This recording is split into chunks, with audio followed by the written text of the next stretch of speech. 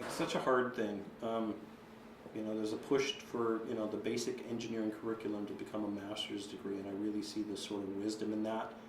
If I had not gotten out in 4 years when I did, I probably would have chewed off my left arm to get out when I did. I was broke.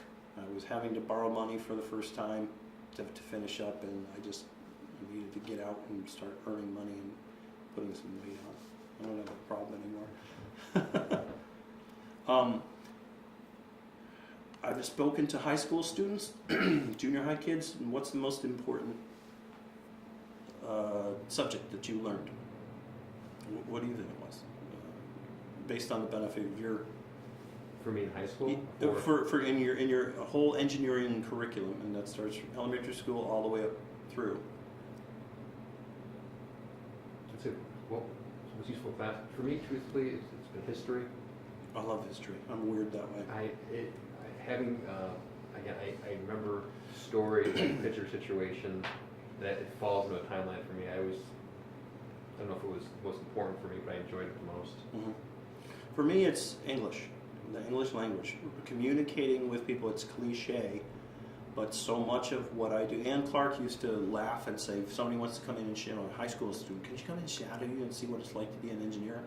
And it's like, oh, you know, here's an engineering paradigm, and I'm on the bottom of page 3, and wow, there's the answer. And no, it's talk on the phone, it's email, because all of that information is useless unless you can communicate it effectively.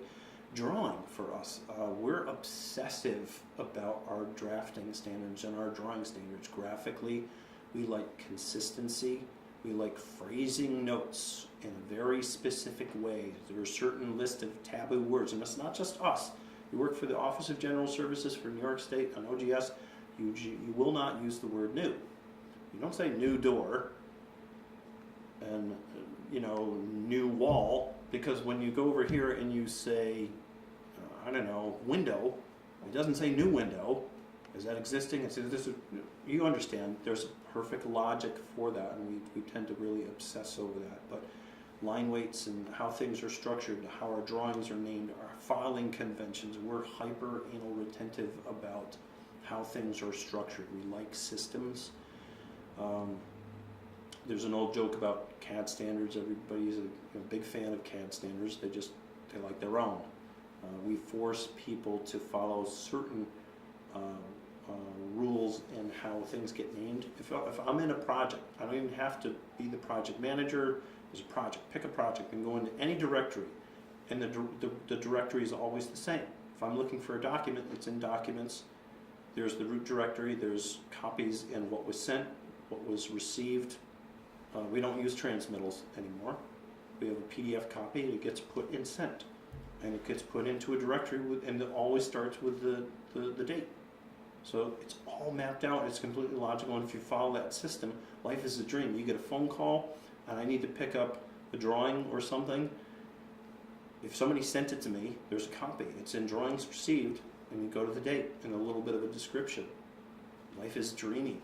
And when people don't, we've had people that have not thrived in our environment and are no longer with us because they couldn't handle that basic set of criteria and rules.